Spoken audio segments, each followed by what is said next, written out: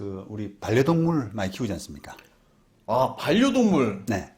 이게 부동산하고 부동산하고도 연관이 있습니까? 예. 어. 이게 그 임대차 분쟁이 많아요. 아, 네. 맞습니다. 그러니까 맞네요. 그렇죠. 임차인이 세입자가 반려동물을 키우면서 음, 임대인하고 이제 갈등이 생기는 거죠. 그렇죠. 임대인이 키워달라고는 안 하니까. 아, 예. 그렇죠. 예. 응. 그래서 그런 그 반려동물 키우는 부분과 이제 임대차 분쟁이라고 하는 그런 주제. 야, 재밌습니다. 요즘 또 반려인들 뭐 고양이, 강아지 또 뭐 이상한 그 파충류도 키우는 사람 많고 반려인들이 많잖아요, 요즘. 예. 그렇죠. 아무래도 이제 뭐, 그 반려동물 키우는 게 이제 건물 관리, 건물 훼손 이런 면에서는 아무래도 임대인한테는 그 조금 그 신경 쓰이는 부분이잖아요. 아, 진짜 저도 네. 집을 하나 임차를 줬는데 어떤 여자분이 그 특약에다가 애완동물 얘기를 안 썼어요. 네. 그랬더니 고양이 3마리를 키워가지고 예. 2년 있다 나가고 네. 고양이 냄새하고 털 때문에 네. 거의 대청소를 제가 했습니다. 이틀 동안에.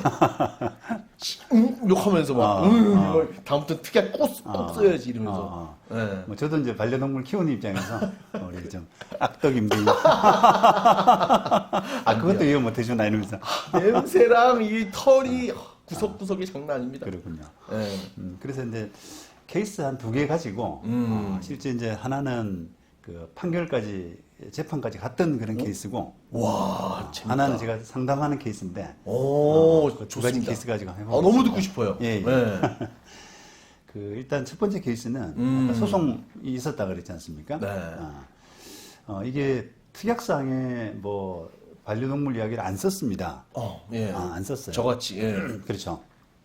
그런데 집주인 임대인 입장에서는 이제 계약 당시에는 반려견이 들어온다는 이야기를 못 들은 거죠. 알지 그렇죠. 못한 거죠. 예, 사람이 아니니까. 그런데 나중에 이제 그 반려견 반려견 3마리를 키운다는 사실을 와. 알았어요. 그러니까 반려견 3마리가 들어온다는 걸 계약하고 나서 입주하기 전에 알게 된 겁니다. 알게 됐어요. 어떻게. 그랬더니 임대인이 이제 나는 절대 못 줘. 그거 알았더라 그럼 나 안 했을 텐데 절대 못 줘. 이렇게 해가지고 야, 계약은 했고. 계약은 했고 그래서 계약금을 일방적으로 그냥 공탁해버리고 들어. 계약 이행을 거부해버린 거죠. 이야, 이거 어떻게 했어요? 그러면서 이제 소송이 났는 건데 지금 임차인이 이제 손해배상 소송. 원래 계약서에 보면은 우리가 그 계약 위반한 사람은 계약금 2배 예. 지불한다, 문다 이런 그 약정이 있지 않습니까? 그렇죠. 그런데 이 사건 계약금 보증금이 4억이었는데 네. 계약금이 4천만 원이었거든요. 네. 그런데 4천만 원 계획을 상환해라. 4천만 원 공탁은 받았고요. 그다음 저- 4천만 원을 위약금에 따라서 4천만 원 줘라고 하는 소송을 한 거죠. 그래서 1심에서는 어쨌든 1, 2심 재판 모두 이제 그 임대인의 배상 책임이 인정이 됐었어요. 그러겠죠. 임대인이 이제 계약 위반한 네, 거다. 특약이 없었으니까. 근데 이제 1심은 배상 액수를 500만 원 인정했고요. 근데 2심은 200만 원 올려서 700만 원 올렸군요. 700만 원 올려서 1200만 원을 인정했습니다. 왜 사촌이 아닌가요? 그러니까 이제 그 이유를 이제 쭉 뭐 말씀을 좀 드릴 텐데 4천만 원을 이제 임대인이 일방적으로 공탁해 버리면서 계약을 거부하니까 기본적으로는 이게 임대인의 계약 위반, 그죠? 임대인의 계약 위반이 좀 인정될 수 있는 가능성이 높은 사건이지 않습니까? 그러니까요. 그죠? 그런데 이제 임대인이 이제 뭐라고 주장했냐면, 이거는 그 고지해야 될, 내가 물어보진 않았지만, 네가 알아서 고지해야 될 의무가 있는 사항 아니냐? 고지 의무가 있지 않냐, 임차인도. 그렇죠, 그렇죠.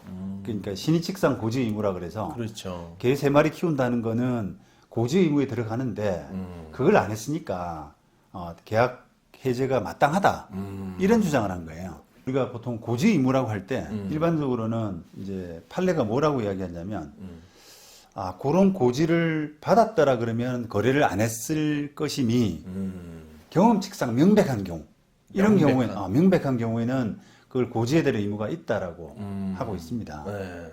그런데 이 개 3마리 키우는 거, 네. 이게 소형견이었어요, 더구나. 소형견 3마리 키우는 게 고지 의무 대상이 되느냐라고 하는 부분에서 법원은 그렇지 않다라고 본 겁니다. 그 정도까지는 꼭 말할 필요가 없다는 거예요. 그래서 이제 그렇다면 임대인이 그 계약을 위반한 거다. 그렇죠. 임차인이 고지를 안 한 것이 잘못된 것이 아니라 임대인이 계약을 이행 안 한 게 세 마리 가지고 어. 못하겠다라고 한 게 그게 잘못된 거다라고 해서 이제 인정을 한 거죠. 어쨌든 판결 이후에서 보면은 이제 이게 사회 통념이 사실 중요하지 않습니까? 그렇죠. 이게 근데 만약에 이제 우리가 키우는 그 동물이 뭐 어떤 맹수라든지 큰 짐승이라든지 이런 경우일 때는 사자, 호랑이, 표범 이런 거. 그렇죠.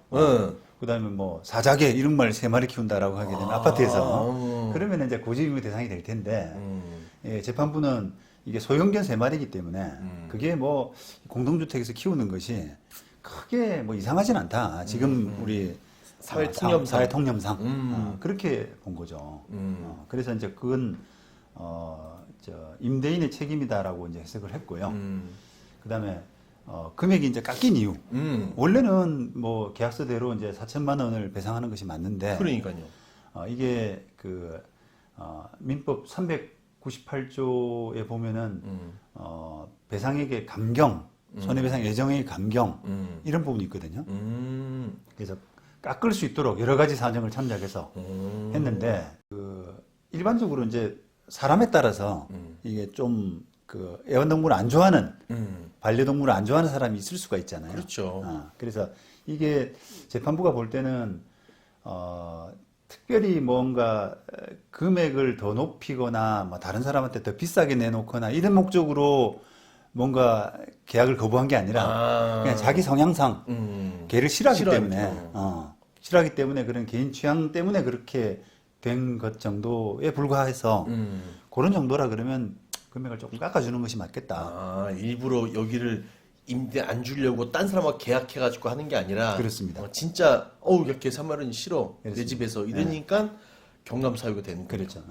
그리고 또 임차인도 그거 이제 뭐 이사를 뭐 직접 하다가 뭐 이렇게 된 게 아니라 계약만 해놓고 그냥 계약이 바터났잖아요. 또 다른 집에 있고. 그렇죠. 다른 집으로 이사 갔는데 특별히 뭐 손해가 된 것도 아니고 하기 때문에 그런 걸 참작해서 그냥 4천만 원에서는 많이 좀 깎았죠. 그러니까 많이 깎아줬네요. 깎아졌습니다.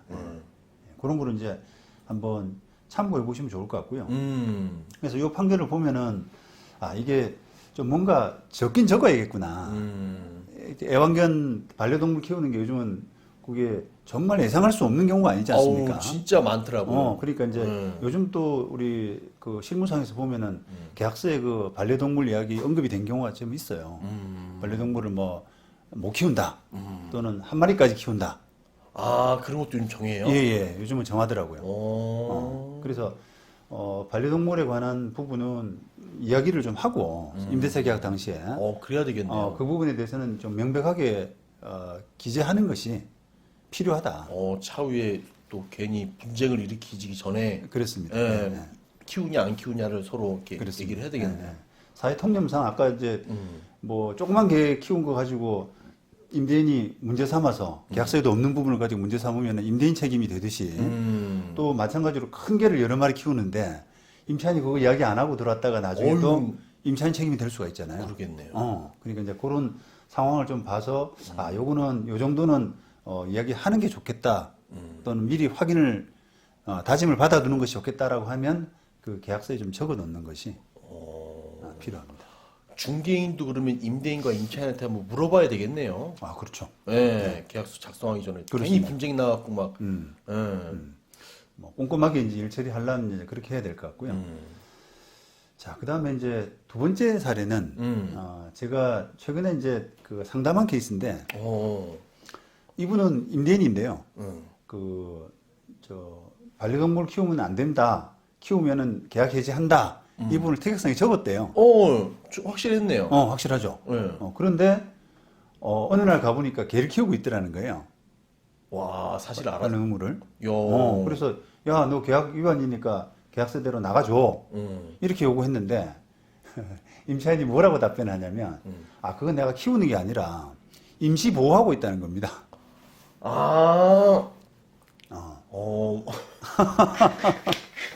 그래서 야, 머리 좋은데요? 예. 그래서 이제 오. 그거를 키우잖아요. 평소에 키우는 것과 잠깐 데려와서 하는 건 다르다. 그 다르잖아요. 다르죠. 그러니까 이제 그거를 입증을 해야 돼요, 임대인이. 그렇죠. 여자친구나 아니면 가족의 개를 살짝 뭐 한 달만 맡아주고 해외여행 갈 때. 그렇죠. 네. 그래서 임대인이 이제 계약을 해지하려 그러면 그걸 입증을 해야 되는데. 야, 입증 그 책임이 임대인한테 있어요? 그렇죠. 당연히 있죠. 오. 그래서 그 임대인 계약 해지 사유이기 때문에 해지 사유에 관한 입증은 임대인 책임이거든요. 근데 이제 임대인 입증을 어떻게 해야 되냐면 이게 상대방 주장이 지금 임시보호라고 하는 거기 때문에 그걸 수시로 가서 문에다가 녹음을 좀 하고 와. 내가 있는지 어느 날 갔더니 여기 있고 또 보름 뒤에 갔더니 또 있고 그걸 계속 좀 주기적으로 녹음을 해야 돼요. 그거를. 왜냐면 집에는 못 들어가게 하기 때문에. 그렇죠. 무단 침입이죠. 그렇죠. 그래서 그거를 임대인이 했어요. 제 말을 듣고 해가지고 이제 소송을 하려니까 너무 좀 이게 너무 조그만 사건 가지고 소송을 하려니까. 그러니까. 그래서 그 주택 임대차 그 분쟁위원회가 있지 않습니까? 네. 거기다가 이제 조정 신청을 했는데 그 임차인이 거부해가지고 조정이 잘 안 됐답니다. 뭐야, 임시가 아니라 키우는 건데. 그러니까 이거. 조정위원들도 아마도 자기들이 볼 때도 키우는 것 같아. 그러니까 좀 정리해서 나가줘. 이런 쪽으로 아마 조정을 한 것 같아요. 얘기를 했는데. 예. 임차인한테. 근데 임차인이 싫다. 나는 그렇죠. 임시보호하는 건데. 수정 안 할 수 있는 거니까. 그런 사연도 있습니다. 와, 그럼 어떻게 했습니까? 지금 소송 중입니까? 아니, 이제 고민하고 있죠. 할까 말까? 이게 뭐 임대차 규모가 큰 데가 아닌데. 음. 그걸 또 소송을 하기가 좀 부담스럽잖아요. 그래서 이게, 이런 경우를 이제 생각한다면 조금 반려견 부분, 반려동물 부분을 계약서에 적을 때도 조금 자세하게, 뭐, 예를 들면, 아까 처음 말씀드린 것처럼 좀 마리수를 좀 적는다든지, 그죠? 한 마리까지는 키울 수 있다. 한 마리까지는, 라든지, 또는 뭐, 반려동물 키우면 계약 해지가 된다라는 부분도 좋고, 또 아니면은 위약금 같은 거. 금액을. 예, 금액을 아예 좀 적어가지고. 그게 또 확실하겠네요. 만약에 키울 시에는 1,000만 원을 배상한다. 그렇죠. 이러면 소송에도 좀 줘야 될 거 아니에요? 그렇습니다. 그게 나중에 이제 그냥 계약 해지해서 나가는 경우하고, 돈까지 물어주는 경우하고는 조금 임차인한테 부담이 훨씬 세죠. 크잖아요. 그러니까 좀 신중할 수가 있으니까, 그런 뭐, 반려동물 안 돼라고 하는 이렇게 단순하게 표현하는 것보다는 조금 과연 그럼에도 불구하고 반려동물을 키운다라고 하면은 내가 어떻게 저 사람한테 구체적으로 배상을 청구하지? 내 불이익을 그런 부분을 좀 염두에 두고 좀 자세하게 적을 필요가 있다. 야, 이 금액을 쓰거나 뭐 마리수를 쓰거나. 그렇습니다. 만약에 한 마리는 가능하다. 한 마리 넘었을 시에는 1,000만 원을 이렇게 하면 되잖아요. 그렇습니다. 예. 야, 그렇구나. 그리고 변호사님, 그 애완동물 임대인하고 임차인의 분쟁도 있겠지만 윗집 아랫집 옆집하고 분쟁도 있지 않겠습니까?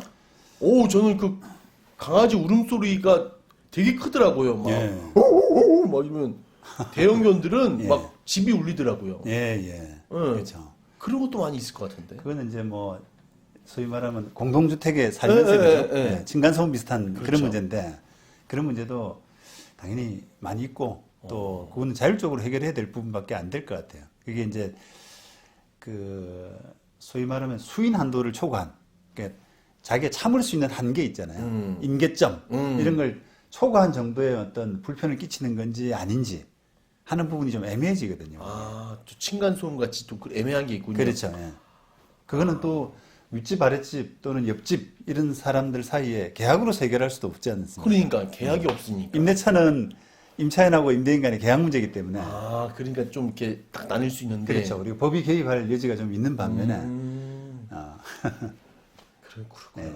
그래서 어쨌든 뭐 반려동물로 인한 어떤 분쟁 이런 부분은 충분히 요즘 그 인구수가 많이 반려인이라 그러죠. 반려인 엄청 많습니다.